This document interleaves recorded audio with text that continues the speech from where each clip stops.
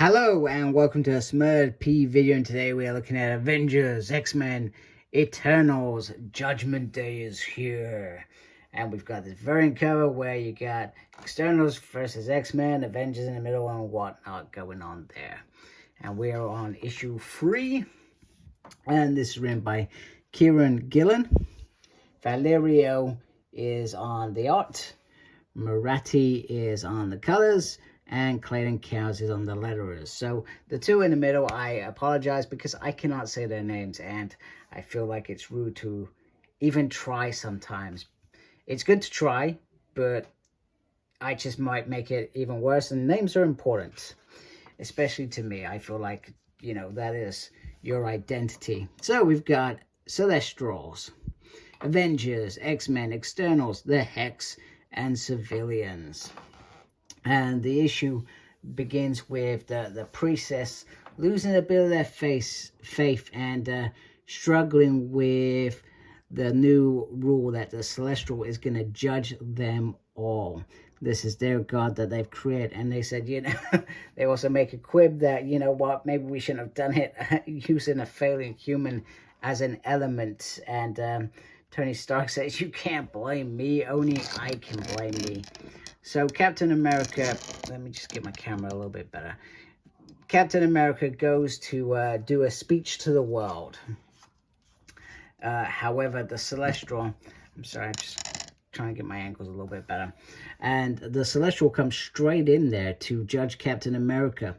And he judges him as a failure, that he has let the, as the one of a leader, etc., he has let them down. You know, you dream of a better future, but all you've done is fail. So with Captain America being Captain America, everybody would look at him like he is what you want to be. That's what you want to be. Captain America, honest, true, etc., etc. So it's a bit of a shock to everybody that if he gets the thumbs down, what is everybody else going to get? So meanwhile, we go back to these humans, and they are seeing Captain America's report, etc., and they're all going to be judged around humans, etc., etc., etc. The other thing we sort of know about is the fact that each individual judgment's going to be weighed up, and the more that a thumbs down, that means the world is destroyed, or does that, or if it's vice versa, does that mean the world survives?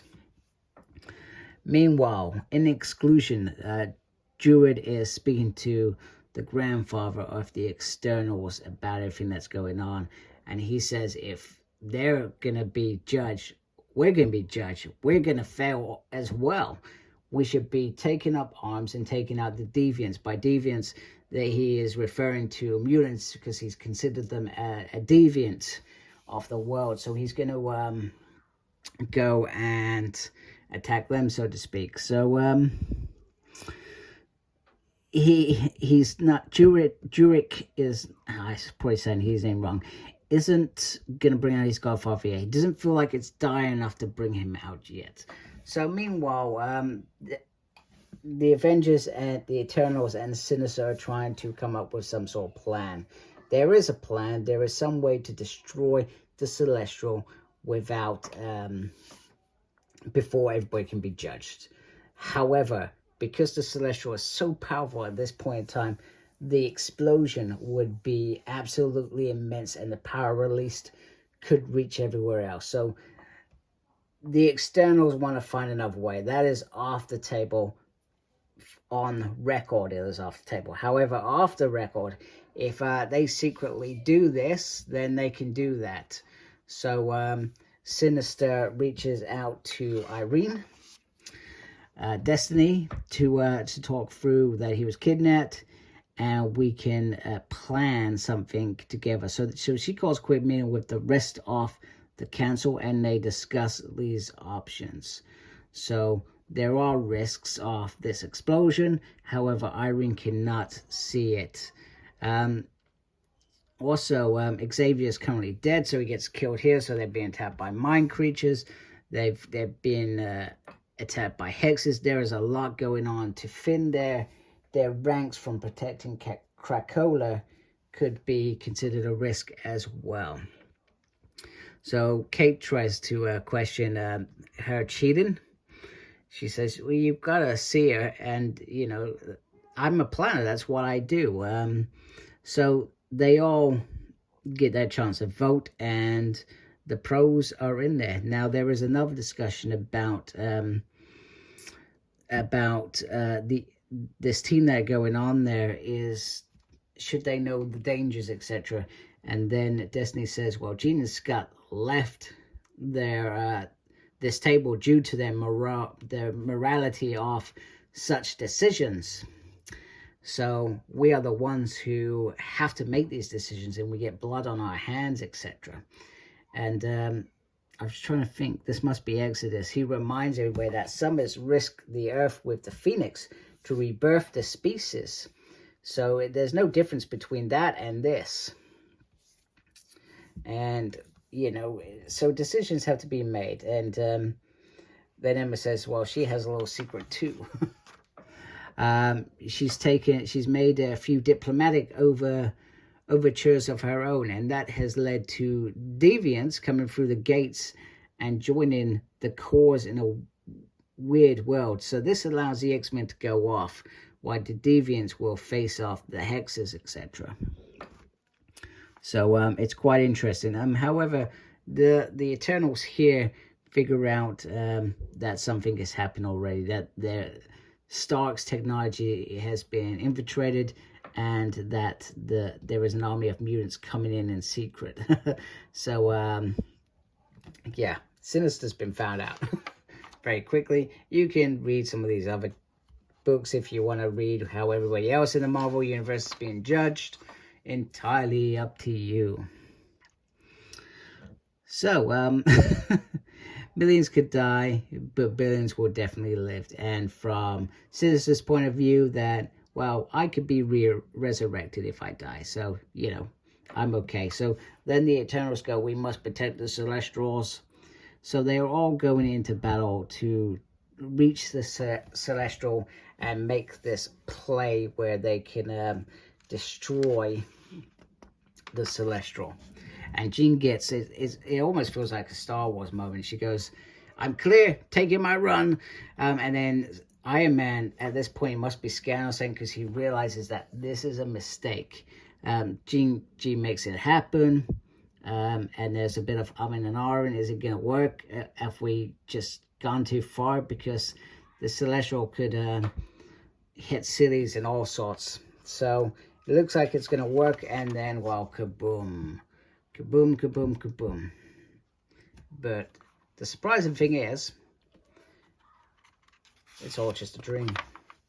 It's all just a dream. It wasn't real. The Celestial, they were inside his minds, and he showed the world what would happen if they took this path, which is quite some foresight, in my opinion.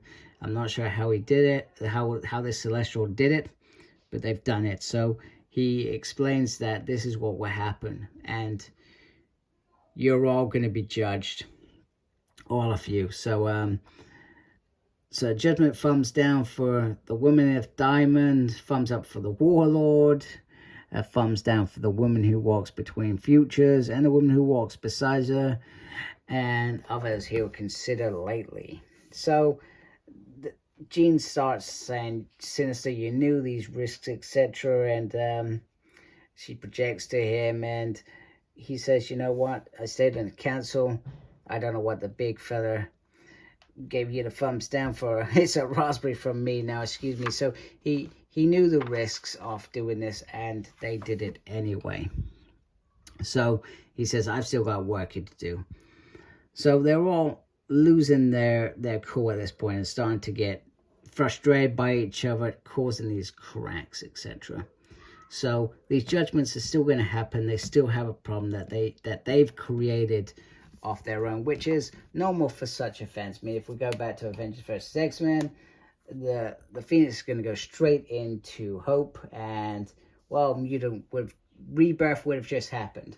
However, well, I say that, you know, there was some yin and some yang in the Scarlet Witch as well.